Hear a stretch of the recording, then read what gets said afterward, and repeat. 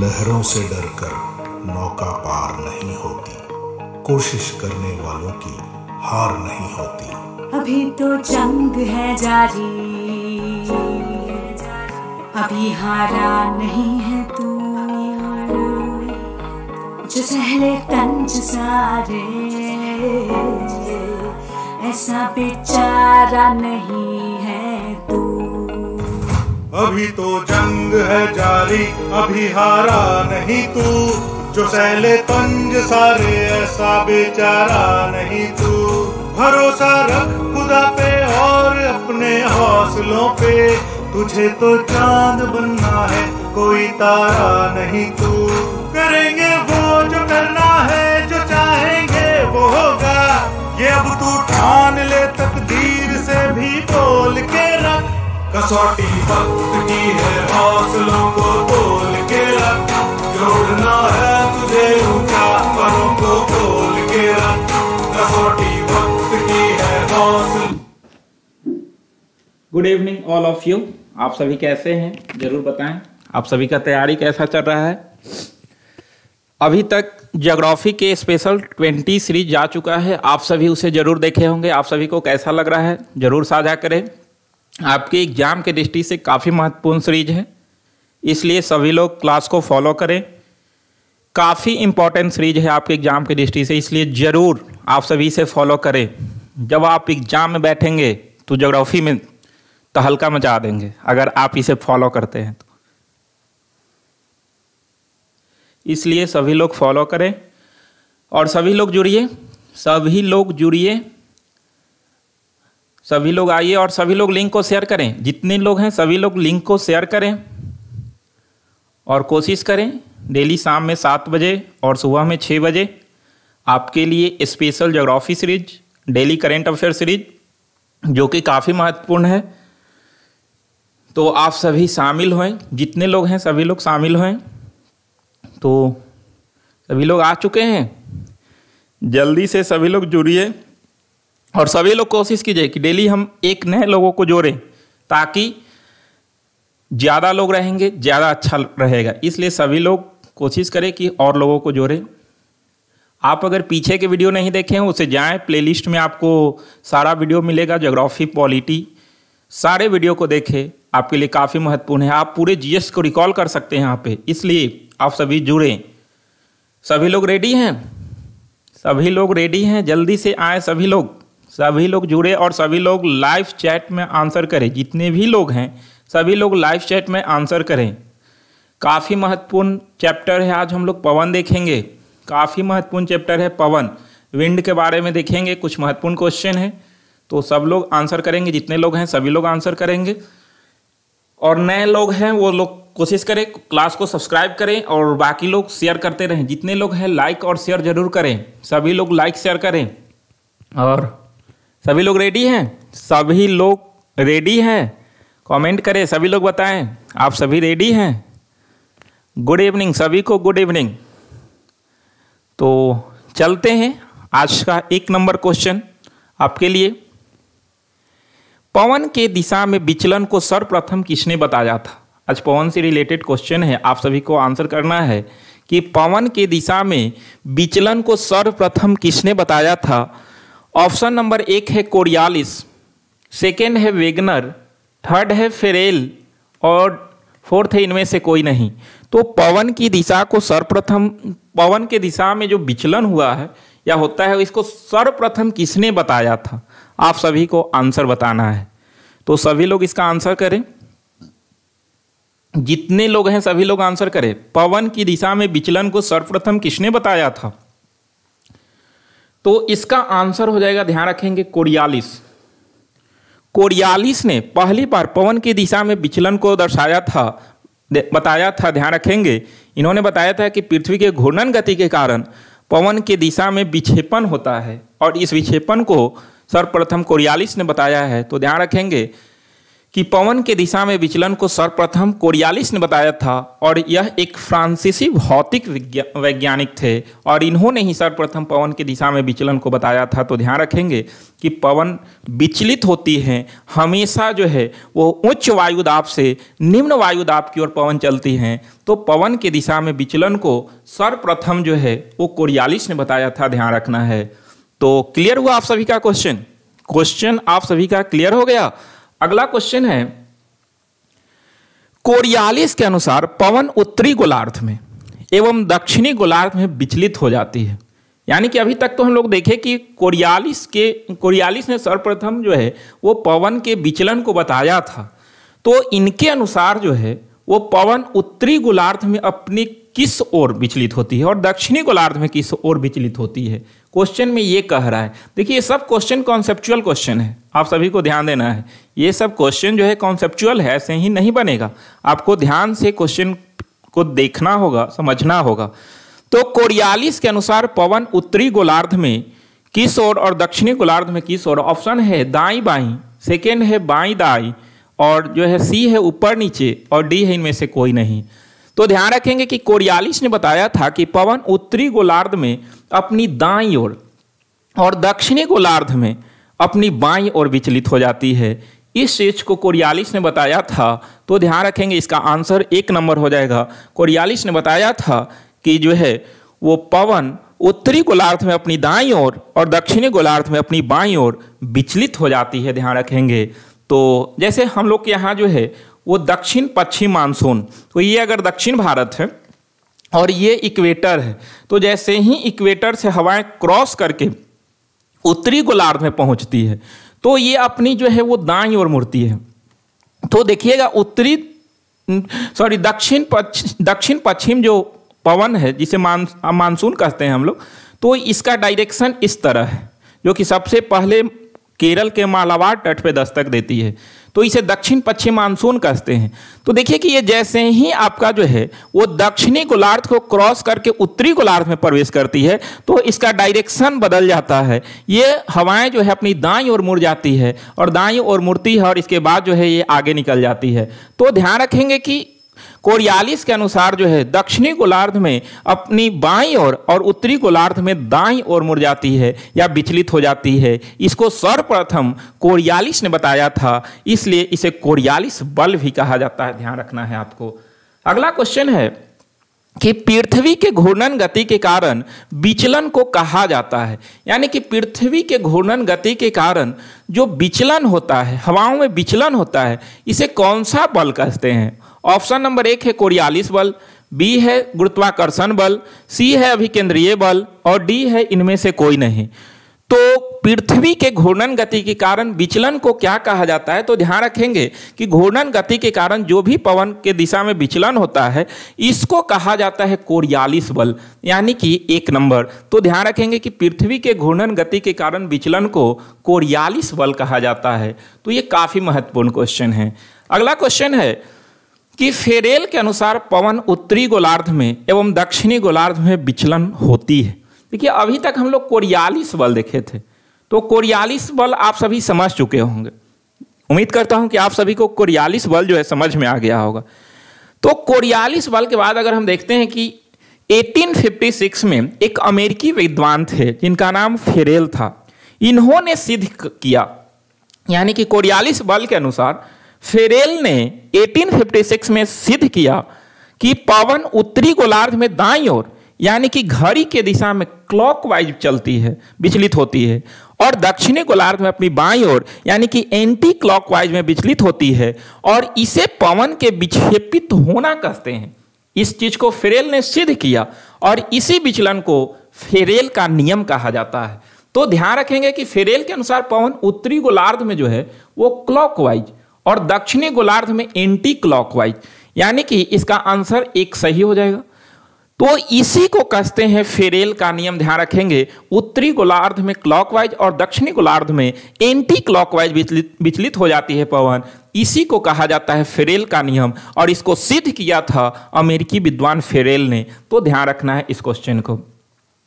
अगला क्वेश्चन है कि पवन के प्रकार हैं, पवन के कितने प्रकार हैं। बहुत अच्छा क्वेश्चन है, और कौन कौन है। तो 1 नंबर ऑप्शन है अस्थाई पवन, बी है अस्थाई पवन और सी है स्थानीय पवन। तो पवन के प्रकार हैं, तो ध्यान रखेंगे कि पवन के 3 प्रकार होते हैं। एक होते हैं अस्थाई पवन, दूसरा होती है अस्थाई पवन और तीसरा होती है स्थानीय पवन। तो ध्यान रखेंगे इसका आंसर जो है वो डी नंबर हो जाएगा, सभी। तो डी नंबर सभी, यानी कि पवन के 3 प्रकार होते हैं, अस्थाई, अस्थाई और स्थानीय। तो ये तीनों को क्लियर रहना चाहिए। पवन के 3 प्रकार है, तीनों हम लोग जो है बारी बारी से देखेंगे। देखिए आपको जो भी यहाँ क्वेश्चन मिलता है सीरीज से मिलता है, आपका जो है वो सब क्वेश्चन कॉन्सेप्ट बेसिस रहता है। ऐसे ही नहीं कि जहां तहां से क्वेश्चन लाकर डाल दिया जाए। ये क्वेश्चन जो है बनाता हूं इस तरह ताकि आपका पूरा कॉन्सेप्ट क्लियर हो जाए। तो उम्मीद करता हूं कि आप सभी का जो है वो पूरा कॉन्सेप्ट क्लियर हो रहा होगा ज्योग्राफी में। और मैं कहता हूं कि सभी लोग लाइव चैट में जुड़े रहें, सभी लोग कमेंट करें और उसके बाद फिर से एक बार जो है वो इसे रिकॉल करें। तो पीछे वाला रिकॉल करे और इसे 2-4 बार जो है रिकॉल करे। इससे क्या होगा कि आपका पूरा जो है वो क्वेश्चन क्लियर हो जाएंगे।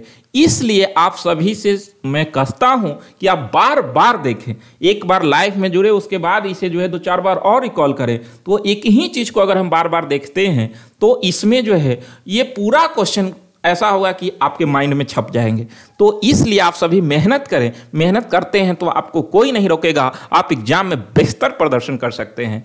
तो सभी लोग रेडी होंगे, सभी लोग रेडी होंगे मेहनत करने के लिए। और नहीं अगर शुरू किए हैं तो आज से शुरू कर दीजिए, आज से ही शुरू कीजिए और देखिए कि आपका जो है वो फ्यूचर में कितना बेहतर मौका मिलेगा कि आप एग्जाम में बेहतर कर सकते हैं। तो नेक्स्ट क्वेश्चन के लिए सभी लोग रेडी हैं? नेक्स्ट क्वेश्चन के लिए सभी लोग रेडी हैं? अगला क्वेश्चन है कि किसे भूमंडलीय पवन या ग्लोबल विंड भी कहा जाता है। बहुत अच्छा क्वेश्चन है कि किसे जो है वो भूमंडलीय पवन कहा जाता है, ग्लोबल विंड कहा जाता है। तो अभी हम देखें कि पवन 3 प्रकार के हैं, अस्थाई पवन, स्थानीय पवन और आपका अस्थाई पवन। तो भूमंडलीय पवन किसे कहते हैं? ऑप्शन 1 है अस्थाई पवन, बी है अस्थाई पवन, सी है स्थानीय पवन, डी सभी। तो ग्लोबल विंड किसे कहते हैं? आप सभी आंसर करें, जितने लोग हैं सभी लोग आंसर करें।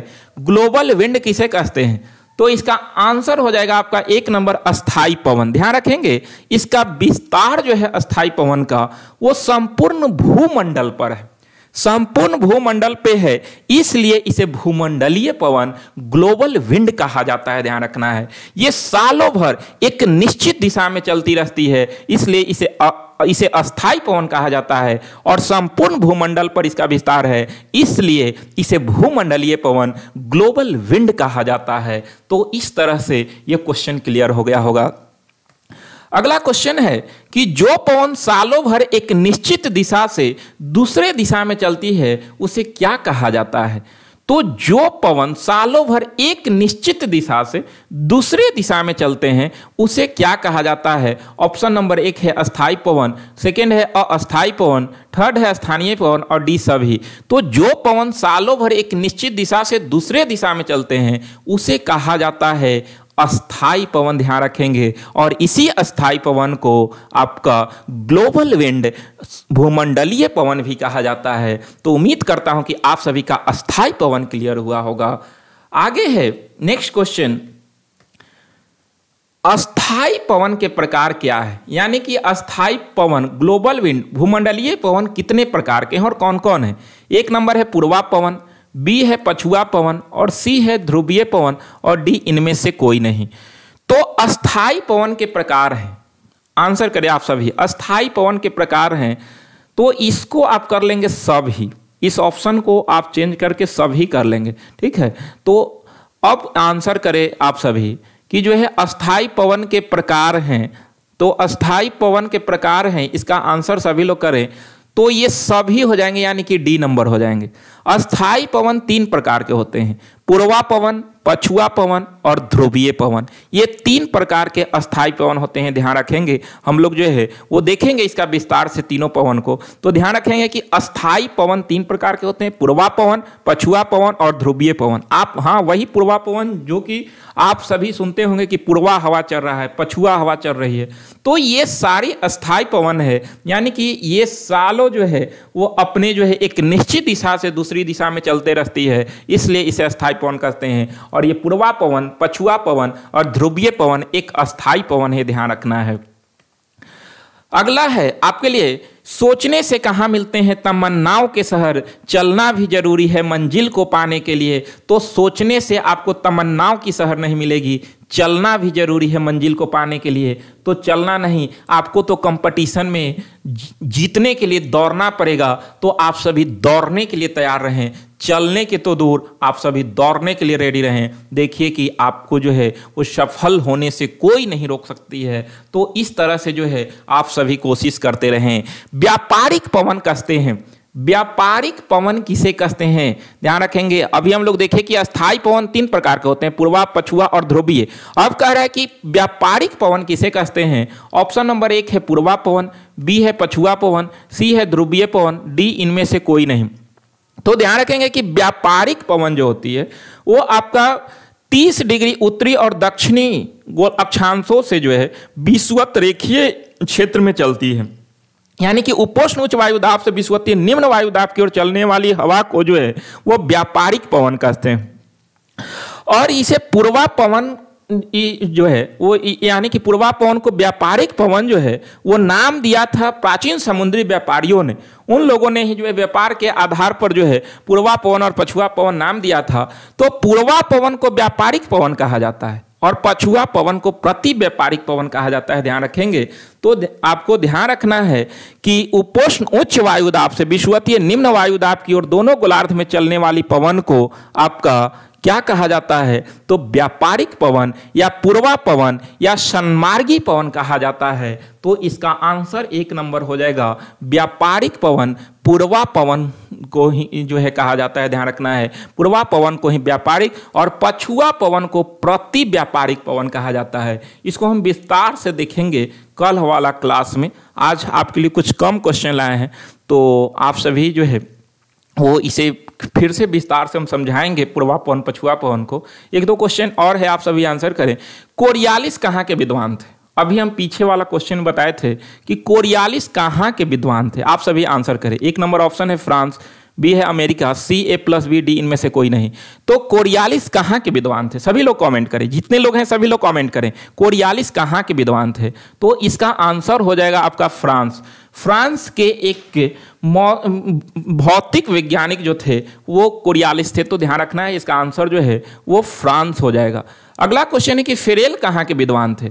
फेरेल कहाँ के विद्वान थे, इसका आंसर करें। 1 नंबर है फ्रांस, बी अमेरिका, सी A+B और डी इनमें से कोई नहीं। तो फेरेल कहाँ के विद्वान थे, तो इसका आंसर हो जाएगा बी नंबर अमेरिका, यानी कि फेरेल अमेरिका के विद्वान थे। तो इस तरह से जो है आप सभी का जितने भी क्वेश्चन थे सभी क्लियर हो गए होंगे। आज आपके लिए कम ही क्वेश्चन था जो है वो, बाकी हम लोग कल जो है पूरे विंड को क्लियर करेंगे। तो आज इतना आप सभी क्लियर कर लेंगे। आपके लिए काफ़ी महत्वपूर्ण क्वेश्चन हैं ये सारे क्वेश्चन।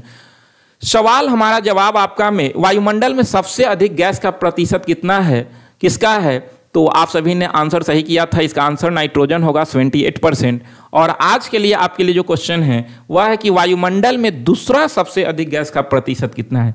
पहला तो सब लोग याद रखता है, लेकिन दूसरा सबसे अधिक प्रतिशत किसका है, इसका आंसर आप सभी को करना है। तो आपके लिए काफ़ी महत्वपूर्ण सीरीज था जो है वायुमंडल, ये हवा। तो ये सब हम लोग क्लियर कर चुके हैं और वायुमंडल से रिलेटेड क्वेश्चन भी हम लोग पीछे देख चुके हैं। तो आप सभी कोशिश करते रहें कि पीछे की डेली 2-4 वीडियो रिकॉल करें। डेली जा रहा है उसको 1-2 बार देखें। देखिए तैयारी जो है बोलने लगेगा आपका। आप अगर ढंग से पढ़ते हैं, फॉलो करते हैं क्लास को, तो तैयारी बोलेगी आपका। तैयारी जो है कहेगा कि अब मुझे एग्जाम में बैठना है। तो इस तरह से आप सभी रेडी हो जाएं। आप सभी एग्जाम से ना डरें, आप सभी तैयारी इस लेवल के करें कि एग्जाम आपसे डर जाए। तो इस तरह से करते रहें, बाकी के जो है वो एग्जाम को देख लेंगे, ठीक है। तो कैसा लगा आप सभी को, जितने लोग क्लास देखे कैसा लगा आप सभी जरूर बताएं। आप सभी का तैयारी कैसा चल रहा है, तैयारी अच्छा से करें। आप सभी एक जिम्मेवार देश के नागरिक हैं, तो आप सभी को तैयारी भी अच्छा से करना चाहिए।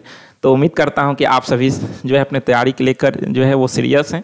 तो बिल्कुल करते रहें और बाकी के जो नए हैं वो क्लास को सब्सक्राइब करें। बाकी लोग सभी लोग मिलकर जो है क्लास को शेयर करें, जितने लोग हैं क्लास को शेयर करें। तो आज यहीं तक, मिलते हैं नेक्स्ट क्लास में। बहुत बहुत धन्यवाद आप सभी को, बहुत बहुत धन्यवाद। गुड नाइट, गुड नाइट आप सभी को, गुड नाइट।